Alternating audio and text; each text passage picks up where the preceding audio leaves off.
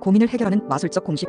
여러분은 이 책을 더 읽어가기 전에 당장 고민을 처리하기 위한 확실한 방을 알고 싶다고 생각하지 않는가? 그렇다면 공기조절장치 공업을 창시한 기사로 현재 뉴욕의 캐리어 코퍼레이션 사장인 윌리스 H. 캐리어가 실행했던 방법을 말하기로 하겠다. 이것은 내가 직접 그에게서 들은 이야기이다. 캐리어 씨의 경험담은 이렇다. 내가 버팔로우의 주물 회사에 근무하고 있을 때 한 번은 크리스탈 씨는 판유리 공장으로 가스 정화 장치를 하러 갔었다. 그것은 가스에서 불순물을 제거하여 연소로 인해 엔진에 고장이 생기지 않도록 하기 위한 것이었다. 가스를 순화하는 방법은 아주 새로운 것으로서 지금까지 꼭 한 번 다른 조건 아래에서 시험되었을 뿐이었다. 그런데 내가 하는 일에 뜻하지 않는 곤란이 일어났다. 장치는 어느 정도까지는 기능을 발휘했으나 우리가 보증한 것만 큰 기능을 발휘하지는 못했다. 나는 뒤통수를 한 대 세차게 얻어맞은 것처럼 실패감에 사로잡히고 말았으며 신체의 내부가 뒤틀리는 기분을 느끼면서 민 끝에 잠을 이루지 못하게 되었다. 그러나 이러는 동안에 나는 쓸데없이 생각에 사로잡혀 보았자 아무런 소용이 없다는 생각이 들었다. 그래서 결국 문제를 처리하는 방법을 냈다. 그런데 운 좋게도 이것이 들어맞았다. 나는 그 뒤 30년 동안이나 이 방법을 써오고 있는데 이것은 누구나 할 수 있는 실로 간단한 것으로서 다음의 3단계로 성립된다.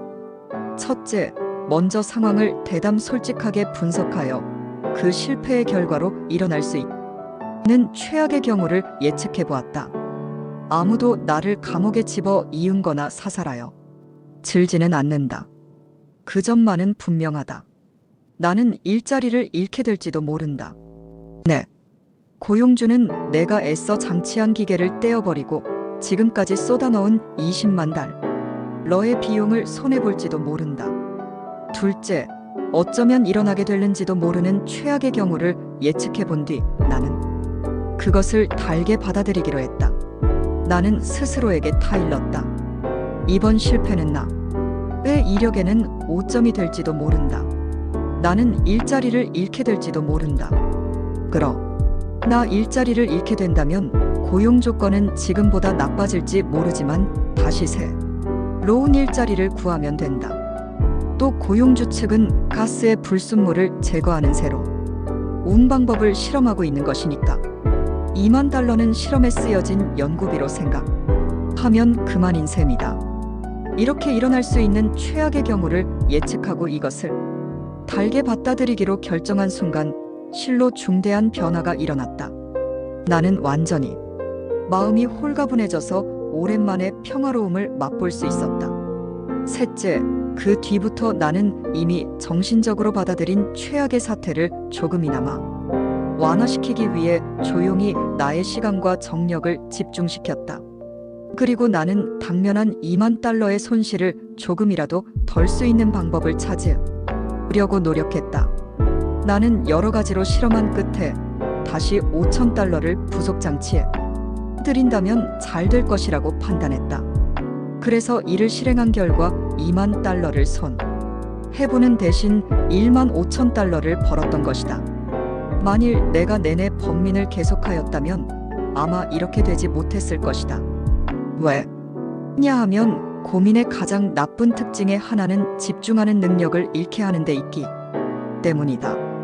즉, 우리가 최악의 사태에 맞닥뜨렸을 때 그것을 정신적으로 받아들일 것을 마음에 결심했다면 우리는 온갖 막연한 상상을 배제하고 침착한 마음으로 그 문제에 정신을 집중할 수 있는 상태가 되는 것이다.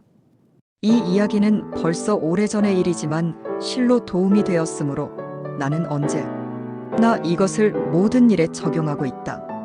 그 결과 나의 생활은 완전히 고민으로부터 해방되어 있다. 그러면 캐리어 씨의 마술적인 공식은 어째서 심리적으로 그렇듯 귀중하며 실제적인 것일까? 그것은 우리가 고민으로 말미암아 눈이 어두워져서 손으로 드무며 몸부림치던 회색빛 그름 속으로부터 세차게 끌어내려 땅바닥에 단단히 발을 딛게 해주기 때문이다. 우리는 자신의 입장을 잘 알고 있다.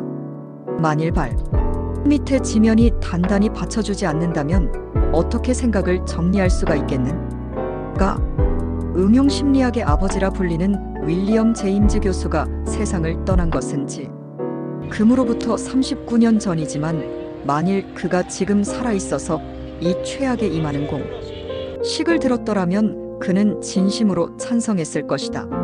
어떻게 그것을 알 수 있느냐 하면 그가 제자들에게 모든 일을 기꺼이 그대로 받아들여라. 왜냐하면 일단 일어나 버린 사실을 받아들인다는 일은 불행의 결과를 이겨내는 첫걸음이니까 라고 설명하고 있기 때문이다. 중국의 철학자 이머당도 이와 같은 의견을 그의 유명한 저서 생활의 발견에서 말하고 있다.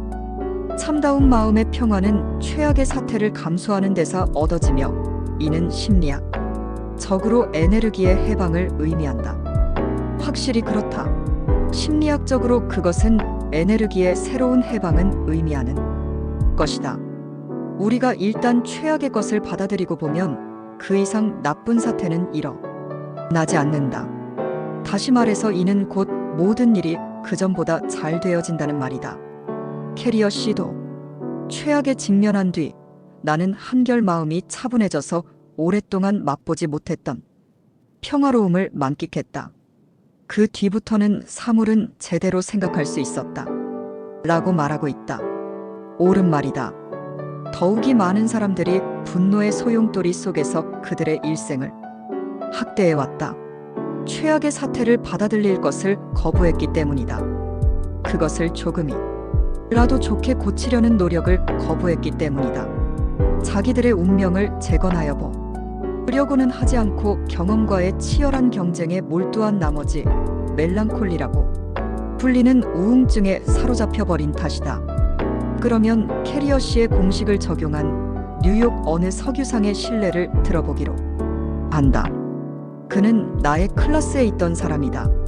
나는 무서운 협박을 받고 있었다. 공갈 협박이란 대체로 영화에서 나 있는 것으로 알았는데 내가 직접 공갈을 당한 것이다. 사건의 경위는 이러하다. 내가 경영하는 석유회사에는 여러 대의 배달용 트럭과 운전소들이 있었다.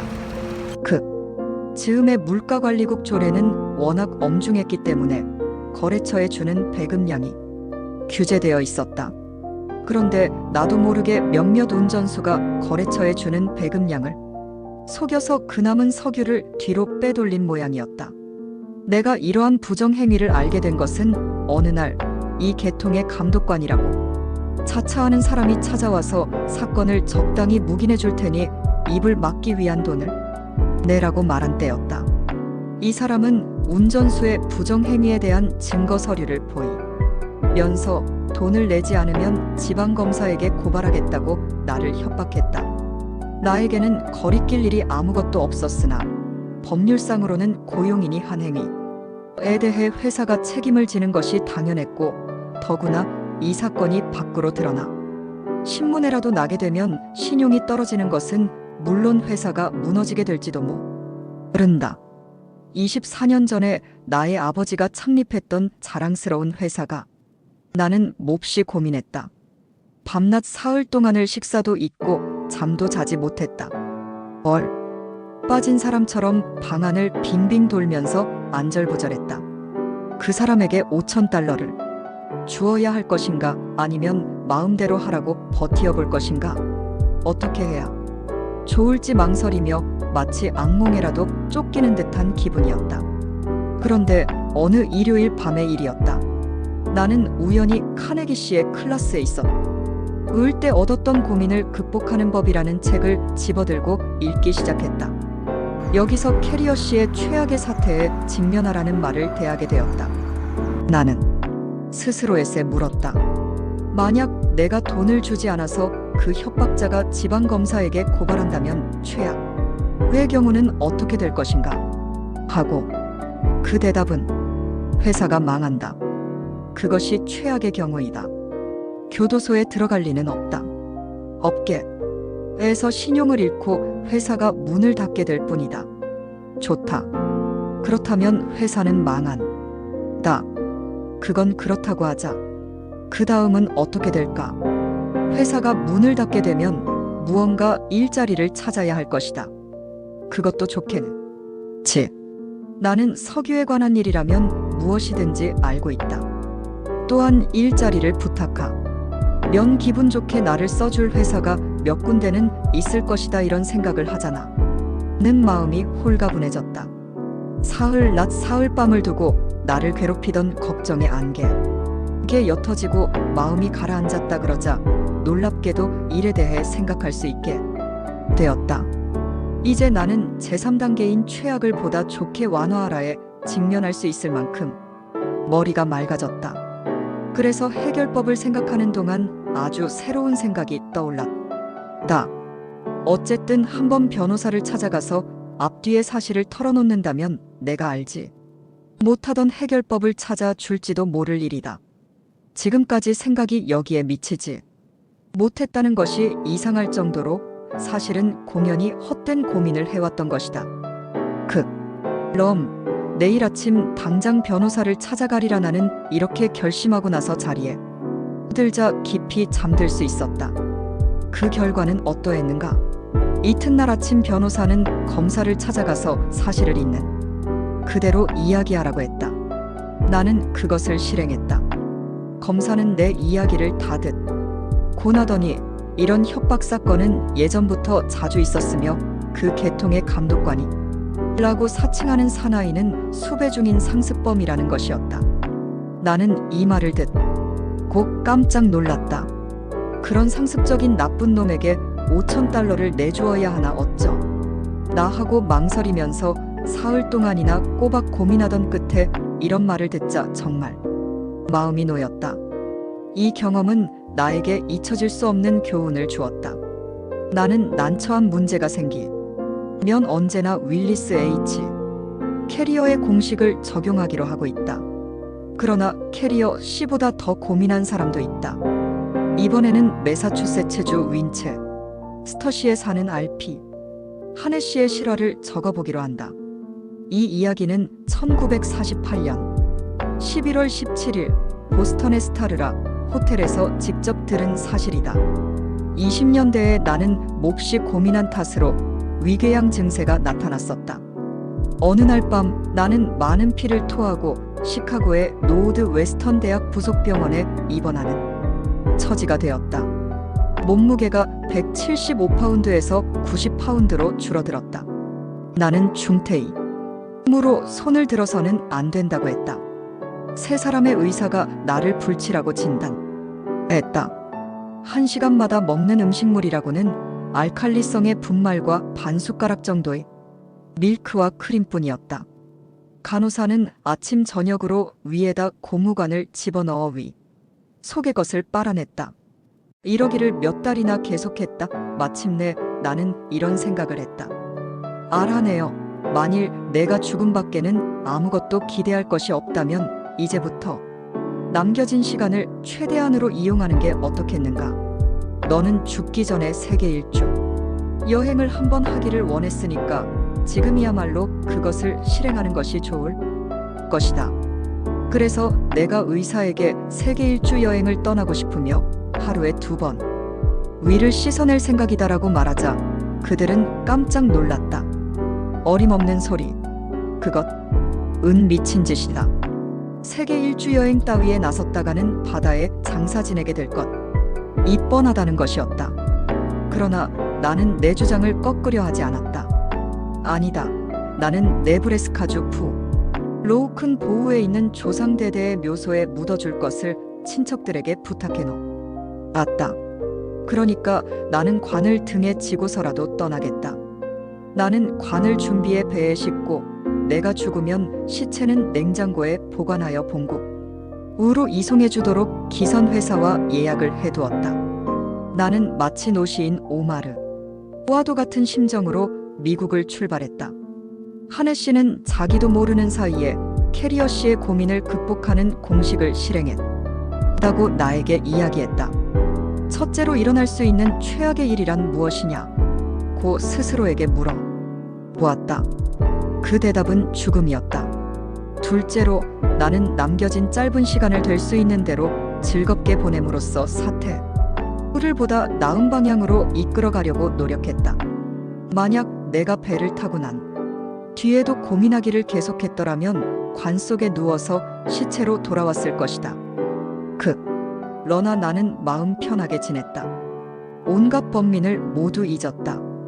이와 같은 정신의 안정이 나에게 새로운 에너지원을 주었으며 그것이 내 목숨을 건져준 것이다. 그러면 여기서 만일 여러분에게 어떤 고민거리가 있다면 다음의 3가지 사항을 실행하는 것이 유익하다. 캐리어 씨의 마술적 공식을 적용하여 1. 일어날 수 있는 최악의 사항은 무엇인가? 라고 스스로에게 물어본다. 2. 도저히 어쩔 수 없는 일이라면 그것을 받아들일 준비를 한다. 3. 그런 뒤에는 조용히 그 최악의 사태를 개선해 간다.